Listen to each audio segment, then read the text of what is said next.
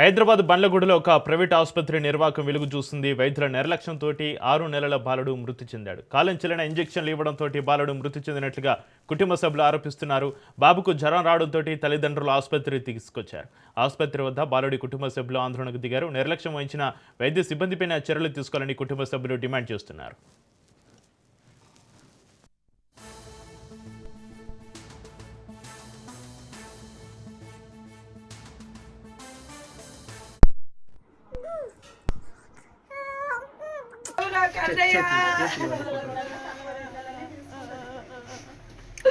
లేవురా అంత తేజగా ఉంది చూడు ఫేస్ వాడు మంచిగా ఉన్నాడు వాడు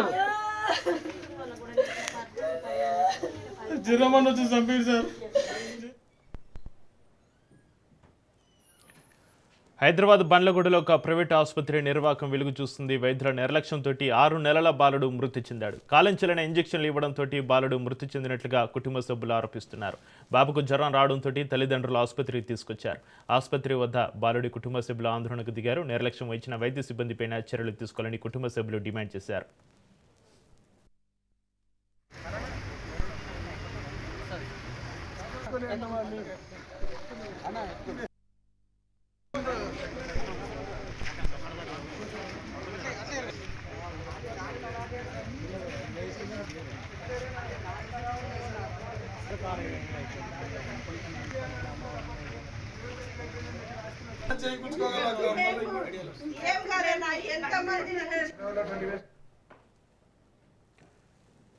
హైదరాబాద్ బండ్లగూడలో ఒక ప్రైవేట్ ఆసుపత్రి నిర్వాహకానికి సంబంధించి మరింత సమాచారాన్ని మా ప్రతినిధి ప్రవీణ్ ఫోన్ లైన్లో అందిస్తారు. ప్రవీణ్, హైదరాబాద్ బండ్లగూడలో ఒక ప్రైవేట్ ఆసుపత్రి నిర్వాహకం వెలుగులోకి వచ్చింది. వైద్యుల నిర్లక్ష్యంతో 6 నెలల బాలుడు మృతి సంబంధించి మీ దగ్గర ఉన్న అప్డేట్స్ ఏంటి ప్రవీణ్? చక్రి అయితే కాలం చెల్లిన మందులు ఇచ్చి 6 నెలల చిన్నారి ప్రాణాలు తీశారంటూ కుటుంబ సభ్యుల ఆవేదన మొత్తంగా రంగారెడ్డి జిల్లాలో విషాద ఘటన చోటు చేసుకుంది. అయితే బండ్లగూడలోని క్రియేషన్స్ హాస్పిటల్లో చికిత్సకు తీసుకెళ్లిన శిశువు మృతి చెందడం పట్ల కుటుంబ సభ్యులు ఆందోళన వ్యక్తం చేస్తున్నారు. అయితే ఆసుపత్రి నిర్లక్ష్యమే బిడ్డ మృతికి కారణం అంటూ కూడా వాళ్ళు ఆరోపణలు చేస్తున్నటువంటి ఆ దృశ్యాలను చూస్తున్నాం. అదేవిధంగా రంగారెడ్డి జిల్లా బండ్లగూడ ప్రాంతానికి చెందినటువంటి రాము అనే 6 నెలల శిశువుకు జ్వరం రావడంతో తల్లిదండ్రులు సమీపంలోని ఒక ప్రైవేట్ హాస్పిటల్కు చికిత్స కోసం తరలించారు. అయితే ఆ వైద్యులు పరిశీలించి అయితే ఇక ఇంజక్షన్ సహా కొన్ని మందులు కూడా ఇచ్చినట్టుగా సమాచారం అయితే వస్తుంది. అయితే కుటుంబ సభ్యుల ఆరోపణల ప్రకారంగా మొత్తంగా చూస్తే ఆ యొక్క మందులు ఏదైతే ఇచ్చారో ఆ యొక్క మందులు జనవరి 19తో గడువు ముగిసినట్టుగా కూడా అయితే స్పష్టంగా తెలుస్తుంది.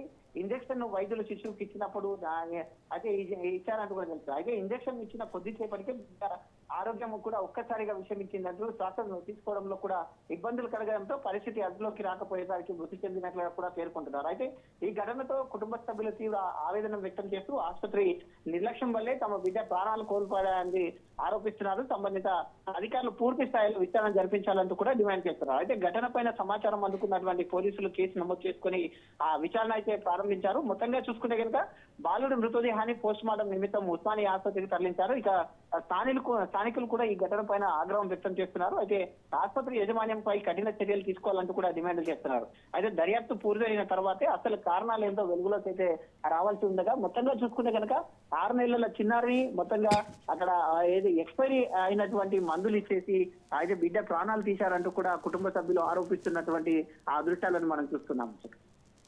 అయితే ప్రవీణ్, ఈ ఘటనపైన ఆసుపత్రి యాజమాన్య డాక్టర్స్ స్పందించారా? వారు ఏమంటున్నారు ప్రవీణ్?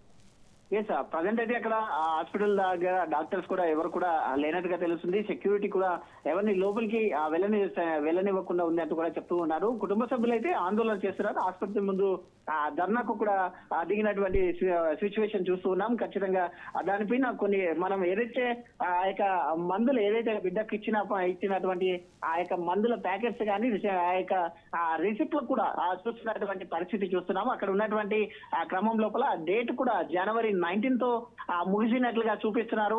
ఒక్కసారిగా ట్రీట్మెంట్ కొరకు వెళ్ళిన తర్వాత ఇక బిడ్డకు ఇంజెక్షన్ చేయడం వల్లనే ఇక శ్వాస ఆడక ఊపిరి ఆడక చనిపోయిందంటూ కూడా కుటుంబ సభ్యులు ఆవేదన వ్యక్తం చేస్తున్నారు. మొత్తంగా చూసుకుంటే కనుక అయితే పోస్ట్ మార్టం రిపోర్ట్ రావాలి.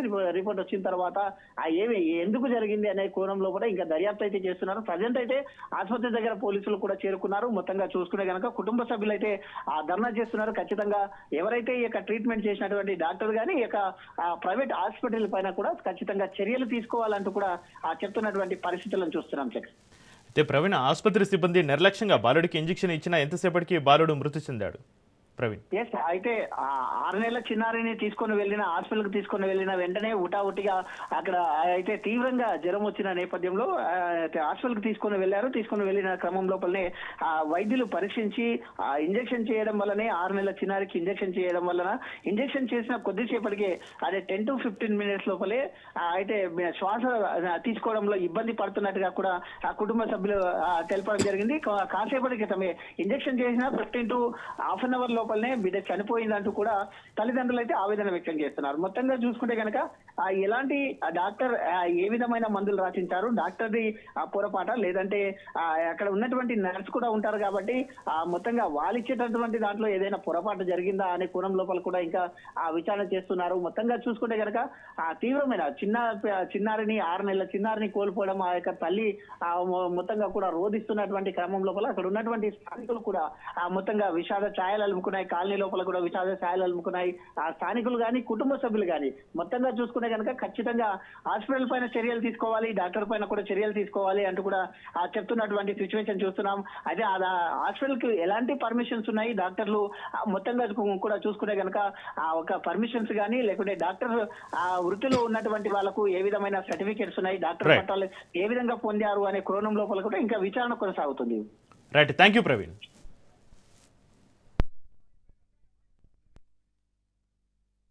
బానే ఉంది, జ్వరం వస్తే ఇట్లా పూర్వాన్ని తగ్గిపోతుందని చెప్పిండు. పొద్దున వాడు ఫీలింగ్ తీసుకోలేడు అనమాట. సరే అంటే అలసిపోయింది, వాళ్ళ మదర్ ఫీలింగ్ ఉంది కదా తీసుకోలేని చెప్పి వస్తే అది డాక్టర్ వచ్చింది. ఒక హాఫ్ అన్ అవర్ లో వచ్చి మెడిసిన్స్ ఇచ్చిండు.